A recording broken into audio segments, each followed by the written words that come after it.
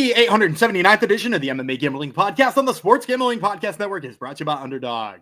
Get up to $1,000 deposit match when you sign up at UnderdogFantasy.com and use promo code MMA SGPN.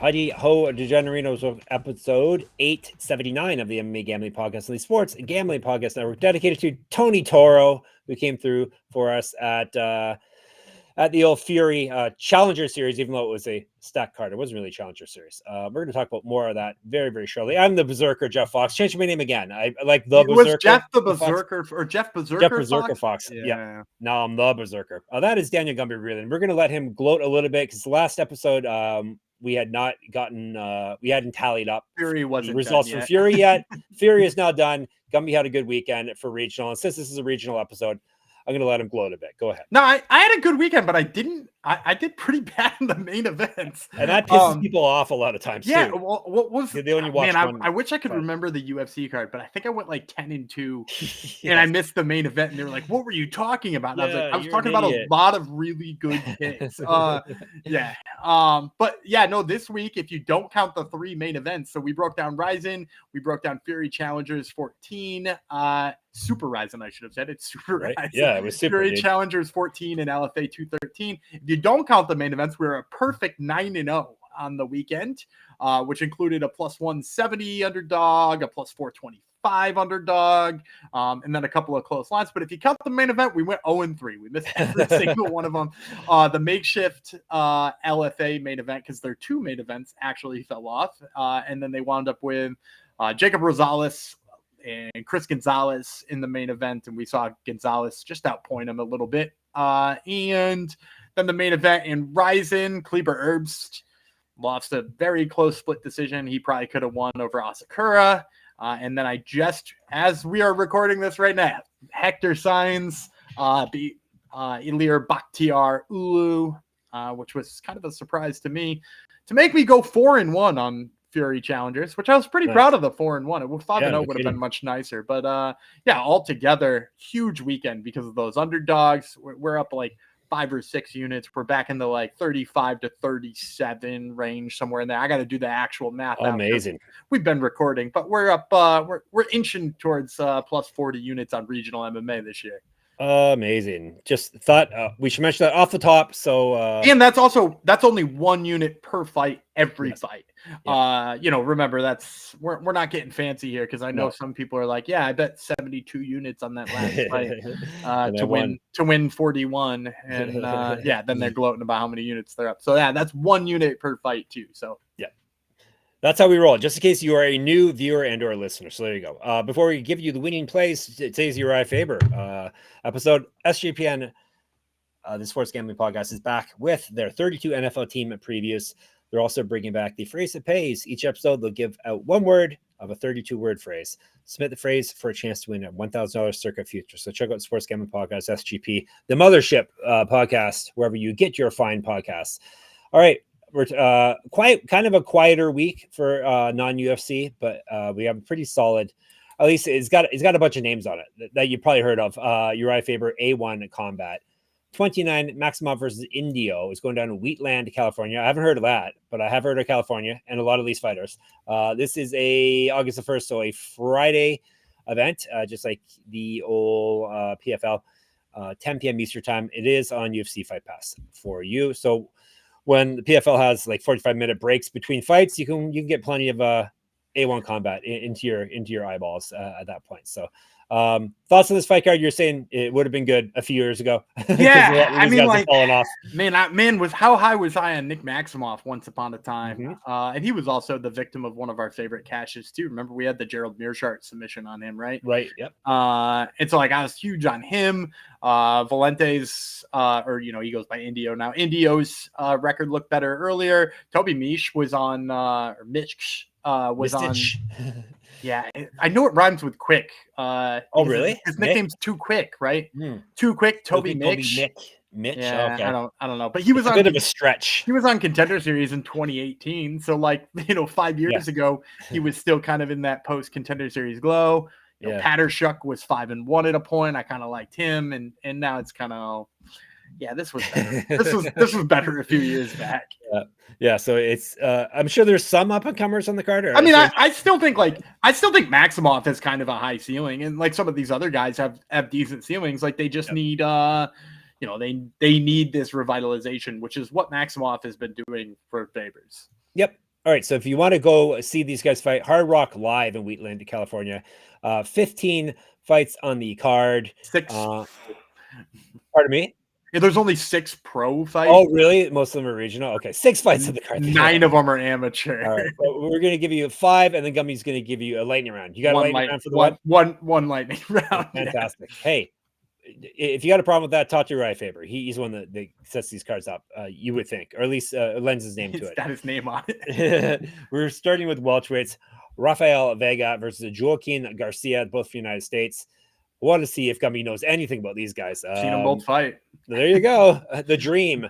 Garcia is 1-0 with 1 submission. Gummy's seen the fight. That fight took place in A1, which makes it easier because then you can at least check out the UFC archives, UFC Fight Pass archives, and find it. 3 years younger than Vega. Vega's 1-1 he's been knocked out once. Both of the fights took place in A1. So there you go. TKO loss in his last bout after winning a decision in his pro debut. No odds yet for Urijah for this event. You can get A1 combat some books, right? Yeah, it's usually on the offshores, if I'm being honest. And they're easier to find in weeks where there's not a ton of regional MMA, and those offshore books are looking for stuff. So like this week of all weeks, it's probably a good week for it. In this fight, I think Garcia is going to be the favorite. My guess is in the like 225, 230 range. And he's my pick here. First of all, he's going to be the favorite. You got a 1-0 versus a 1-1.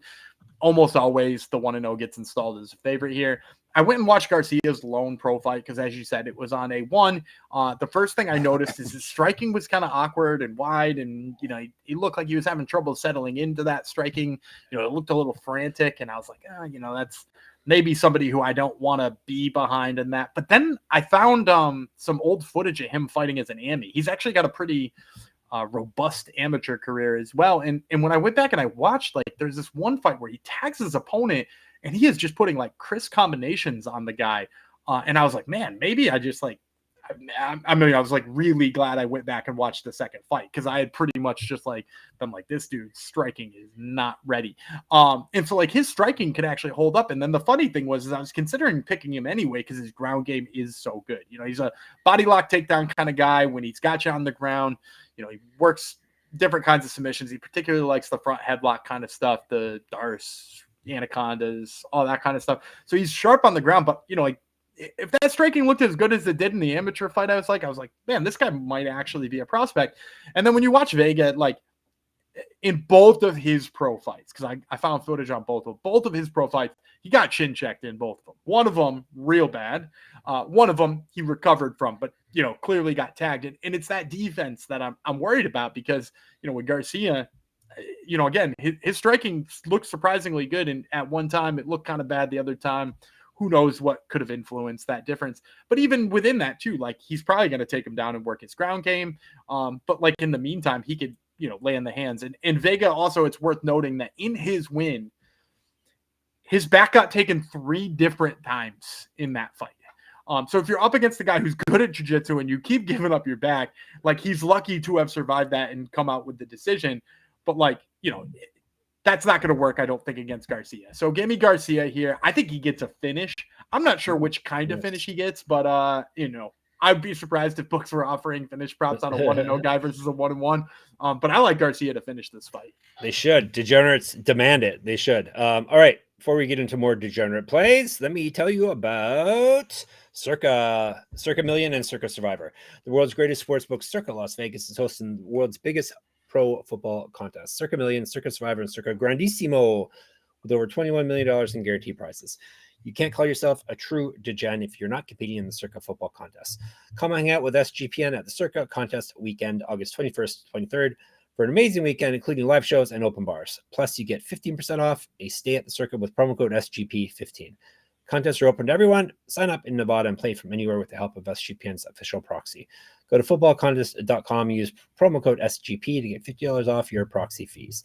And Underdog Best Ball Mania is happening all summer long, giving away $15 million in prizes, including $2 million to first place. No waiver wire, no arguments about trades. Best Ball is the best way to play fantasy football. Underdog also is a great place to play at Pick'em, where you can win up to 500 times your entry. Gumby, do you have a play for us? Yeah, I'm all about on Tuesday. Jonathan Keanan. Do you know Jonathan No, Keanan? you keep coming up with people I haven't heard of. Dude. Jonathan Keanan, pitcher for the Chicago White Sox. One of the reasons why you've never heard of him. But I was big on him recently, and in his most recent game, he struck out 9 in only 4 1/3 innings, which is a pretty absurd line. And now he gets the Phillies, who've got quite a bit of swing and miss in their lineup too. So give me the higher than on Jonathan Keanan strikeouts. Where do you think it'll be set at, Gumby? We're recording this a little bit earlier, but he's coming off of a 9 strikeout one. He was a little bit under. I wouldn't be surprised if it was either 4.5 or 5.5. Okay. And I think he'll find 5 or 6. All right. So take that and take the promo code I'm about to give you. That would be MMASGPN. Take it all over at underdogfantasy.com. That way you get to claim your special pick and first time deposit offer up to $1,000 in bonus credits. So underdogfantasy.com, promo code MMASGPN. All right, let's get 2 more winning fights here. We're going off. Veteran. Yes, Erick Sánchez versus Humberto Bandenay. So Sánchez is from the United States. Bandenay is from Peru. They're fighting at 155. I will tell you about Bandenay first. 24-9 with 2 no contests, 8 knockouts, 10 submissions. He's been knocked out twice, submitted 4 times. This is his A1 combat debut. He's 2-1 over his last 3, 6-1 with 1 no contest over his last 8. Got TKO'd in his last bout. He's got multiple regional championships on his mantle. Correct. Get a shirt, get a merch, get all the good stuff. sportsgamblingpockets.com/store. He went 1-3 in the UFC. Used to fight at 145. 2013 pro MMA debut. 4 years younger than Sánchez. 3 inches taller, 3 inches of reach advantage on him. Sánchez is 13-8, 4 knockouts, 3 submissions. He's been knocked out once, submitted once. He's 2-2 in A1 combat. Lost win over his last 4. 4-2 over his last 6. 1-1 in Bellator RIP. 1-0 World Series of Fighting. Used to fight at 145. 2014 pro MMA debut. So my guess here, Bandenay, negative 230, 240, and like a plus 200 or a little bit over that return on Sánchez. And I'm going to go dog. I think, so first of all, the reason I think that line will be where it is, Bandenay has a win in the UFC, a knockout win in the UFC, and a pretty extensive regional record. His record doesn't look bad, despite maybe not having the results he wants recently. Sánchez is 13-8. Books don't install those guys as favorites all that often. But if you watch his recent fights, even the ones he loses, I really like the head movement from Sánchez. Like, he's really hard to hit. And one of the things people liked about Bandenay early in his career was, like, he kind of had some crazy knockout power. Like, I think he won his first UFC fight with a head kick in 29 or 30 seconds. But here's the thing, too. I actually think Sánchez has beaten better guys than Bandenay, despite Bandenay having won in the UFC. Erick Sánchez is coming off a win over Ernie Juarez, who was just on Contender Series. And who did Juarez fight? It was somebody really tough. And so, he just got done fighting Ernie Juarez, and he pieced him up on the feet. And Juarez is a Nate Diaz Academy guy, and has good boxing. But Sánchez moved his head really well. He beat him up. He did get taken down twice, which is a little bit of a concern against Humberto Bandenay, because Bandenay now is kind of turned into relying on his jiu-jitsu as his way of revitalizing his career. And he was always good at jiu-jitsu, but he's one of those jiu-jitsu guys who got a fun knockout and forgot he was good at jiu-jitsu. Yeah. But the takedowns for Erick Sánchez got taken down both times when he threw a flying knee. So, as long as he doesn't throw a flying knee, his takedown defense kind of held up. And, Bandenay in his last fight went to go shoot a takedown, got about halfway through attempting it and was screw this, and pulled guard. And, if you're doing that against Sánchez, a guy who actually did wrestle at the end of that Ernie Juarez fight pretty well, I think Sánchez either just, stands back up or keeps himself safe from the guard. He probably doesn't even try to do anything particularly crazy. So for me, Sánchez is going to be way faster, way harder to hit, Definitely better footwork, all of that kind of stuff on Bandenay, and like on top of that, might have a wrestling advantage. So probably if he comes in here as an underdog, probably my favorite underdog of the weekend. Nice. Jose Delgado was who. So like beat Juarez, yeah. Who then immediately walked into the UFC and pieced up Connor Matthews in like a violent way too. So yeah, and then I think is Jose Delgado already 2-0 with 2 knockouts in the UFC? Like he's now you're gonna make me look that up too. Yeah, we're gonna go Tapology wormhole here. Exactly, it happened. Yeah, he just won a second knockout, if I'm not mistaken. This is how Gumby finds nicknames for me a lot of times by going down these. That's where I found Tony Mustard and Christian Soda. Oh yeah, yes, Hyder Emil. Yeah, there you go. Yeah, there you go. Yeah, I was on the right side of that one. You had Hyder Emil. Yeah, Gumby remembers all that. He remembers all his wins over me because there's so few and far between. We're going to 185. Kevem, Felipe, Brazil. Keanan, Patershuk from Canada. 3 5-minute rounds. We know like who's the air horns. Air horn. But we're a low budget production. That's all through my mouth. Only sound effects are through our mouths. Parada is Patershuk. That's some jiu-jitsu term apparently, Gumby, to train hard. It's Pahada, like, is it? I think it's like one of those words that found its own meaning. Yeah. But he's a Canadian. He's 5-3, 4 knockouts, 1 submission. He's been knocked out twice. He owes his rounds. 1-0 at A1 combat. He has lost 2 straight though, and he's won 3 of 5. His last 2 losses both via TKO. Not good. 7 inches reach though over Felipe. Felipe is Mexicano. 10-8, 7 knockouts, 2 submissions. He's been submitted twice. 2-2 in A1 combat. Former champion of that promotion. He's won 2 of 3 and 4 of 6. He lost his last bout. Regional champion. He's fed at 170 and 205. 2014 pro MMA debut. 2 inches taller than Patershuk. My guess is Felipe -150. We'll say like a slight favorite over Patershuk. And I like Felipe in this fight. Obviously, fade the Canadian. No, but like. All right, here's my problem with Patershuk. I went back and I watched the fight. He fought Johan Linnaeus. Yeah. Okay? And early in that fight, he tagged Johan Linnaeus. I was like, oh, he's got him hurt. And you know what he did? Clinched him. I love when guys do that. Immediately clinched him. And here's the worst part about that. Didn't have the takedown game to get Linnaeus to the ground. And like, no offense again to Linnaeus. I know when I do these breakdowns, people catch shrapnel. Shout out to Bubba Jenkins in the last episode. Yep. But like that's been Johan Linnaeus' problem, right? Is that like he's a big striker who sometimes doesn't grapple all that well. And here Patershuk is like he tagged him, he got him on the area where Linnaeus is good, and then was immediately like, let's go where I'm uncomfortable and not good at this. And wasn't able to get Linnaeus down. And for me, I think Patershuk's going to try takedowns here and not get him on Felipe. Felipe has got good leg kicks. His hands are definitely faster. I also really don't like the striking defense of Patershuk. I think that's ultimately why he loses that fight with Linnaeus. But he's one of those guys who, like, as the fight goes on, his hands lower more and more and more and more and more and more as the fight goes. He starts up high and like he's got a good boxing defense, and then he throws a couple of punches. He's like, yeah, that was good. And then they're just like all of a sudden on his collarbone. And then he throws a couple of punches and those are good. And all of a sudden they're on the bottom of his rib cage. And I don't know if he's tiring or if just like he needs the constant reminder, like, dude, get your hands up. But I think it's bad enough that Felipe probably can catch him on something, maybe a counter or something like that. But I like Kevem Felipe for those reasons. All right, haters gonna hate. That's just the way it goes. Always. It's gonna be. All right, we are to what A1 Combat site says is the co-main event, right? Anthony. That's what it says. Figueroa, right? Toby. You said it rhymes with quick. Toby Misech. I think it does because his I think it does because his nickname is Too Quick. Yeah, Too Quick. Toby Misech. Okay. Too Quick is 12-12. Too quick to pick up some losses there. He's been knocked out 8 times. He's knocked out 8 people. He himself has been knocked out 4 times, submitted 4 times. This is his A1 Combat debut. He's lost 5 straight fights, Gumby. And the win in there, too, I might add, is a DQ for an illegal strike. Yes. So he has it like 1-1 and even longer. Yeah. So he's lost 5 straight. He's 2-5 over his last 7. But like Gumby said, his very last loss, very last win, which was back in June of 2022, was a DQ. Really could be 1-8 in his last time. Yeah. Two straight losses versus TKO. He won that DQ fight back in June 2022. Like I said, 2-1 in Bellator RIP. 0-1 in Contender Series. Who beat him, Gumby?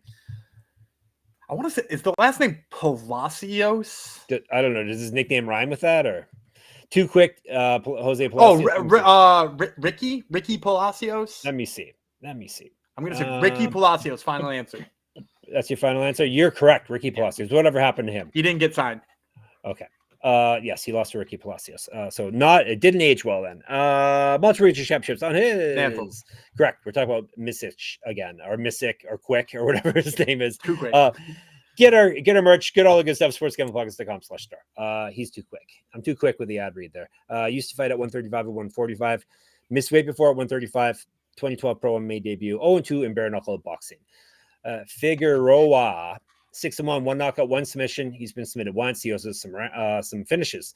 4-1 in A1 combat. He's won 2 straight. He's 2 inches taller than however you say his last name. Yeah. So here's the play for me here. So I'm gonna take Anthony Figueroa. I'm gonna say his line is not gonna be playable here because I think Misech is better than like the -500 you're gonna see on Figueroa. Yeah. I don't want to back him because he's been so bad lately. Yeah. But like, I don't think he's terrible, and I don't think he's appreciably worse than Figueroa either. Because here's the big problem with Misech too, is that like Misech has had issues with getting tagged lately. Like he gets hit a lot, despite being very fast on the feet. Like he is quite quick on the feet. He still has had issues with getting tagged. And you know, I talked about it on yesterday's episode about people who are fast, but haven't like turned into those like bouncy guys who waste energy for no reason. Misech is the guy who bounces and for seemingly no reason, is like thinks that makes him more elusive, and it hasn't really made him more elusive because he's on a tremendous losing streak where he hasn't really won a fight since 2019. My problem here is why I can't get behind Figueroa too much at whatever price he'll come in at. Is Figueroa doesn't have a lot of knockout power. Like there's not a lot of finish in that guy, particularly on the stand-up. His striking is sharp, but there's just something about it that's not particularly strong. And, you know, he does go to his wrestling a lot. I think he could have success there with his wrestling too, you know, and we've seen Misech have problems, you know, pretty much anywhere. And, you know, the biggest problem being his chin lately. Maybe he's the guy who like, you know, helps Figueroa find his power. But I just can't get behind a guy whose last win came pre-pandemic, you know, right. And is now 12-12. And, you know, as you mentioned, like you're like miss weight at bantamweight. It's like now he's fighting at lightweight. Like, you know, sometimes that move up is worth it, but moving up twice is sometimes not. So yeah, I'm gonna take Figueroa, bigger, stronger, probably gonna wrestle, and Misech just too much problems with the chin. Bigger, stronger would be something I say in my breakdowns all the time. Yeah, I know. All right, oh, I know you're disappointed in yourself. I know. All right, AI, which is never wrong, says it's Misech is how you pronounce that. Misech. Yeah. Too quick, Misech. That doesn't sound right. No, I'm not trusting AI. Nope. I don't think you should. All right. AI, yeah. Somebody in the Discord, I can't say it about it last night, but asked the Google AI a question about Saturday's fight card, and it gave them an answer that said 7 is greater than 7. So oh well, it's true. The AI is messing with us all. All right, before we get to the main event and our one lightning round pick, MyBookie. We're brought to you by MyBookie.ag. MyBookie's replaced bet in every sport, including MLB, WNBA golf, and of course football futures. MyBookie accepts customers from a ton of locations. They have easy deposit and lightning fast payouts using crypto. They have a whole plethora of MMA lines, so it's not just the sports I mentioned. So definitely get in there and check out the MMA lines. And when you do head to mybookie.ag, use our promo code MMASGPN. Then you get to claim a 100% deposit match up to $1,000. Terms and conditions apply. That's mybookie.ag, promo code MMASGPN. And you've heard us talk about Rhythm before, and they just dropped a game-changing feature called Power Trends, essentially the best of the best of what their house model has to offer. These are AI-detected patterns where Rhythm's model has consistently won and has a high ROI. Think a strikeout prop that wins 59% of the time. when the line and win probability hit a certain range. Power trends are updated daily and exclusive to Rhythm. No toast, no noise, just clean data back bets. MLB power trends are 254 or 147, a win rate of 63%, and an ROI of 4.5% in their past 400 bets. And WNBA power trends are 35 and 20 since launch, 63.64% win rate, 20.7% ROI. Download the Rhythm app, check out power trends, and start betting smarter. You know we will be. I bet the bet that Gumby just gave us was from power trends, probably. Yeah, when we were talking about Jonathan Keanan earlier, like, I don't watch White Sox games because I don't hate myself. Yeah, who does? But yeah, where else are you going to find out about guys like Jonathan Keanan? Yep, exactly. Power trends. Get your 7-day free trial by going to sportsgamblingpodcast.com/rhythm, RITHMM. He's too busy watching Colorado Rocky games. That's why he can't watch national game, or national games either. Or watching the Braves right now ain't that far from those two teams. Do you know their entire starting rotation from opening day is on the IL? Yeah, I do, because I wrote an article the other day saying how they're healthy again. But no, actually, just the everyday players are healthy. The whole rotation is injured. So yeah. All right, main event time would be let's scroll up. It's for a belt. A1 Combat vacant middleweight championship. Gumby. I don't think maybe I'm stretching it here. Why is it vacant? I don't think they've ever given it away, if I'm not mistaken. Yeah, new promotion. They've started. I mean, they're 29 fight cards in, but like they've started a couple of different belts, and then they've kind of gone away from some of them. And yeah.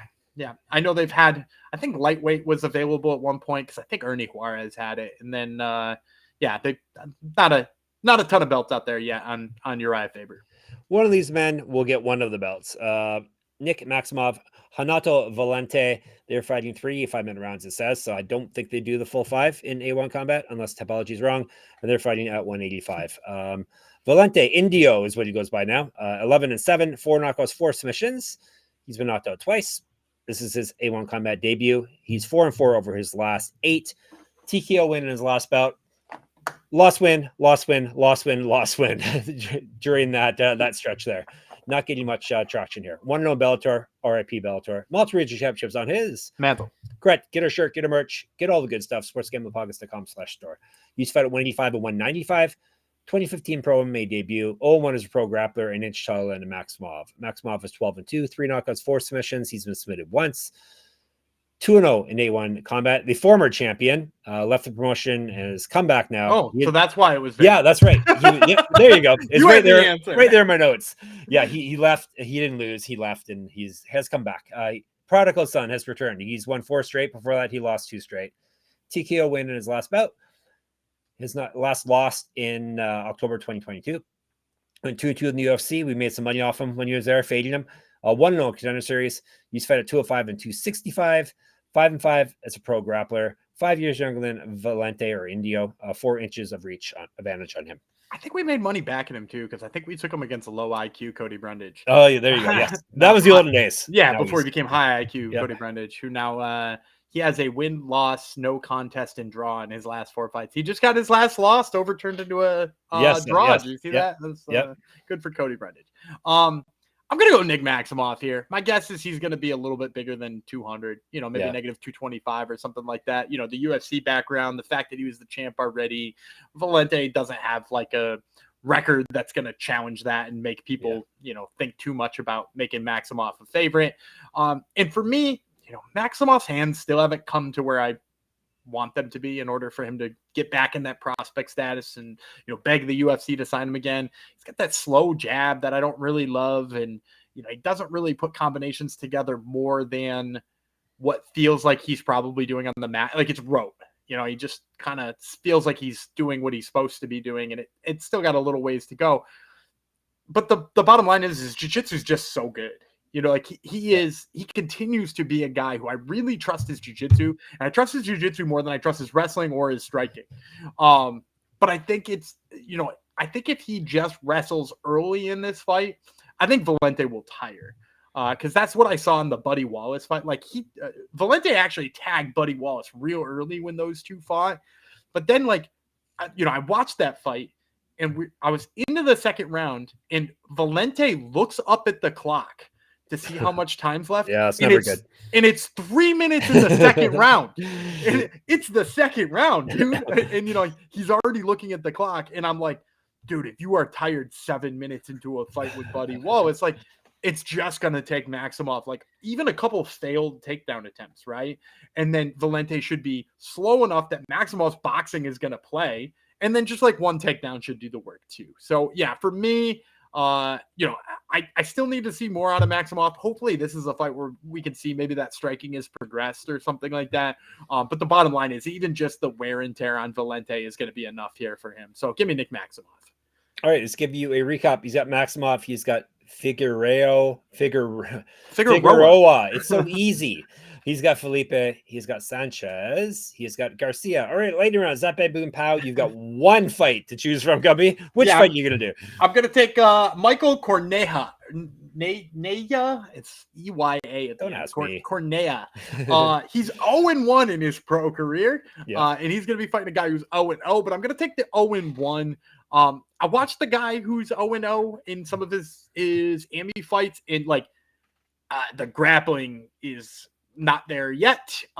He's clearly just going to get taken down a whole bunch of times. And from what I saw from Cornea, like, yeah, his complete game is not there. You wouldn't expect it to be one fight into his pro career, and certainly not with that fight being a loss. But he does got some like power wrestling, and that seems to be his opponent's weakness. So I'll take Cornea, 0-1. Maybe you find a halfway decent line on an 0-1 guy.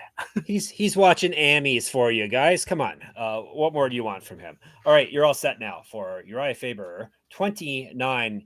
If you want picks for all the AMI fights, hit Gumby up in the Discord. sportsgamblingpockets.com/discord, or hit Gumby up on YouTube, MMA Gambling Podcast, or hit him up on Twitter. SGPN MMA, he runs that account for us. He's at Gumby Wheatland. I'm at Jeff Fox Writer, at Jeff Fox Writer on Instagram as well. Check out my Substack on my MMA writing and various stats and stuff I crunch are on there as well, as I'm having trouble talking, as well as a free weekly UFC pick'em. moneymma.substack.com. Gumby has a podcast that he talks better than I do on. He interviews mostly Contender Series people this time of year, and that's called Top Turtle. Yeah, we got Ty Miller and David Wilson, who both got their Contender Series fights coming up. There you go. So check it out. And of course, sportsgamblingpockets.com, sportsgamblingpockets.com/store. Get your merch, sportsgamblingpockets.com/Patreon to get some bonus content. Parado, Fox, Mexicano, Vreeland will be back tomorrow. Hopefully, the UFC has a new main event. As of this recording, they lost their main event. So we'll see. We'll talk to you tomorrow. Adios.